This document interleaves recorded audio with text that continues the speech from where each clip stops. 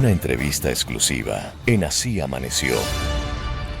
Empezamos así con nuestro primer invitado, el economista Gabriel Martínez Castro. Él es candidato a la Asamblea Nacional, candidato a asambleísta provincial por el movimiento Suma. Economista Martínez, buenos días y bienvenido a Radio City. Muy buenos días, muchas gracias. Un gran saludo para toda la audiencia de Radio City. Ecuador vive una de sus horas más complicadas en la historia reciente y muchos políticos han salido a la lid electoral precisamente a cuestionar algunas acciones del gobierno central. ¿La línea de Suma va en ese aspecto, en poder criticar las acciones del presidente Noboa, o tienen una propuesta diferente? Bueno, primero creo que hay que señalar los errores que se han cometido. Porque si nos recordamos y nos retrotraemos al tiempo, hace más de un año, en agosto del 2023, cuando fue el primer debate, ya Jan Topic le preguntaba al actual presidente qué iba a hacer con el déficit que se avecinaba de 1.000 megavatios hora y de una crisis energética terrible e inminente para el país. El presidente contestó en esa época que el problema no era de generación, sino de transmisión y que tenía X planes para hacerlos en 9 meses, y la realidad es completamente otra. No logró ejecutar esos planes. El problema nunca fue de transmisión, sino de generación, y hoy estamos todos los ecuatorianos pagando esas facturas. Nosotros creemos que en este momento, para todas esas pequeñas empresas y medianas empresas que están perdiendo plata, que están teniendo que despedir gente, tiene que existir línea de crédito. Ahorita el tema energético ya se ha contratado, tardíamente se ha contratado la generación en plantas termoeléctricas, en turbinas. Solamente hay 4 contratos firmados, en eso hay que ser muy claro. El de la Barcaza, que está funcionando con dificultades, pero funcionando. Y luego hay 3 contratos firmados en Salitral, en Quevedo y en Esmeraldas. De esos 3 contratos firmados, ninguno tiene una turbina todavía instalada. Esa es la realidad. Están por llegar. Están en trabajo de obra civil y con mucho cuidado. Todavía no les han dado los anticipos a esos contratistas. Esto se viene para largo. Entonces, lo que hay que intentar defender en este momento y mitigar es el impacto económico que va a tener. Por eso estamos diciendo que tiene que activarse la CFN, tiene que activarse el Ban Ecuador para darle créditos a estos pequeños negocios que o bien reciben algo de liquidez para sortear esta gran problema que nos ha causado la ineficacia del gobierno, o van a tener que despedir gente y cerrar negocios. Esa es una forma concreta de poder paliar la difícil situación. Oiga, en Urdesa, de 9 a 3 de la tarde, de 9 de la mañana a 3 de la tarde, sin energía. Mataron esos negocios. ¿Cómo van a subsistir? Necesitan liquidez. El gobierno todavía no anuncia un plan de entrega de liquidez y eso es algo que nosotros creemos que debe hacerse de manera inmediata. Ahora, desde la Asamblea, porque la propuesta para ahora es poder captar el voto popular a través del movimiento Suma, ¿cómo poder entender que hay mecanismos y cuáles serían los más apropiados para poder paliar esta crisis que, como usted ha definido, va para largo? Primero, reforma a la famosa ley No Más Apagones. ¿Por qué le han puesto un límite de 10 megavatios a la inversión en plantas fotovoltaicas? Actualmente, y mire que no emiten el reglamento aún, eso era una idea interesante de que en nuevas energías se pueda invertir el sector privado. ¿Quién iba a ser el comprador? El comprador iban a ser SELEC, CENEL, las empresas estatales. Pero le permiten al sector privado. El problema es que lo limitan a 10 megavatios. ¿Por qué no permitirle a cualquier empresario que tenga tierra improductiva poner 100 megavatios, 20 megavatios? Eso podría ayudar en este momento, pero se hizo una ley con un límite que es casi ridículo para lo que se necesita.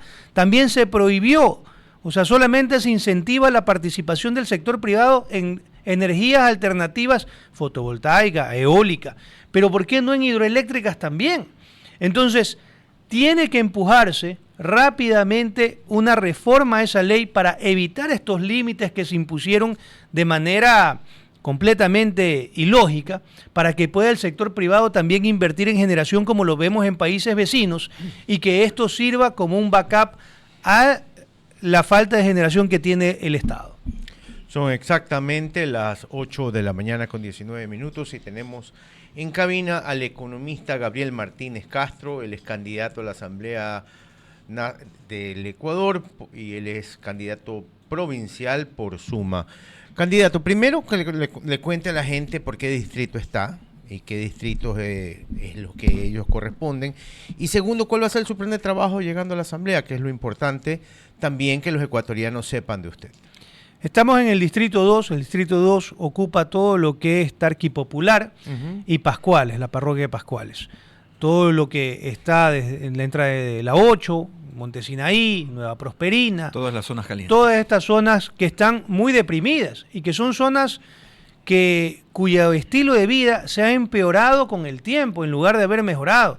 Y esto debido a la inseguridad que permea y que campea en estos sectores. El otro día fui a visitar a unas señoras dirigentes del sector en la Nueva Prosperina y me contaban que lamentablemente hasta para organizar un bingo benéfico tienen que pedir autorización al líder del GDO del barrio. Entonces estamos hasta pidiéndoles permiso para hacer acción social. Es una ausencia absoluta del Estado. ¿Qué tiene que existir por parte de la Asamblea para poder ayudar a estos sectores? Nosotros estamos proponiendo que haya primero inversión pública. La inversión pública, que eso sí es general, que eso es para todos los ecuatorianos, que se regrese para combatir dos problemas, que se regrese a pedir, a entregar un anticipo mínimo del 30% en toda obra pública. Usted corrige dos problemas ahí. Uno, que aquellos que están participando en muchos concursos son los GDOs mismos, disfrazados de empresas, y que utilizan la obra pública para limpiar su dinero, para lavar su dinero.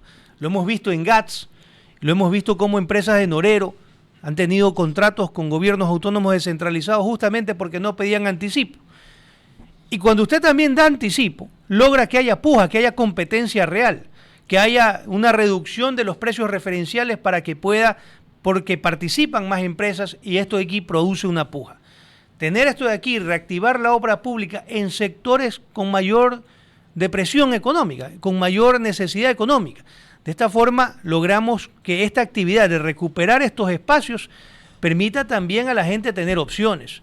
Queremos incluir, por ejemplo, que por ley se regrese a las carreras técnicas dentro de los colegios, que se regrese a las carreras técnicas de los colegios, para que los jóvenes salgan con un oficio y no terminen esperando cupo en universidad o alguna beca o deambulando por la vida. Antes existía, y esto lamentablemente cambió, en la educación colegial, en la educación secundaria, una especialización para que los jóvenes salgan con algún oficio mínimo básico que les permita tener un autoempleo, por lo menos para poder salir adelante hasta conseguir una mejor oportunidad en la universidad.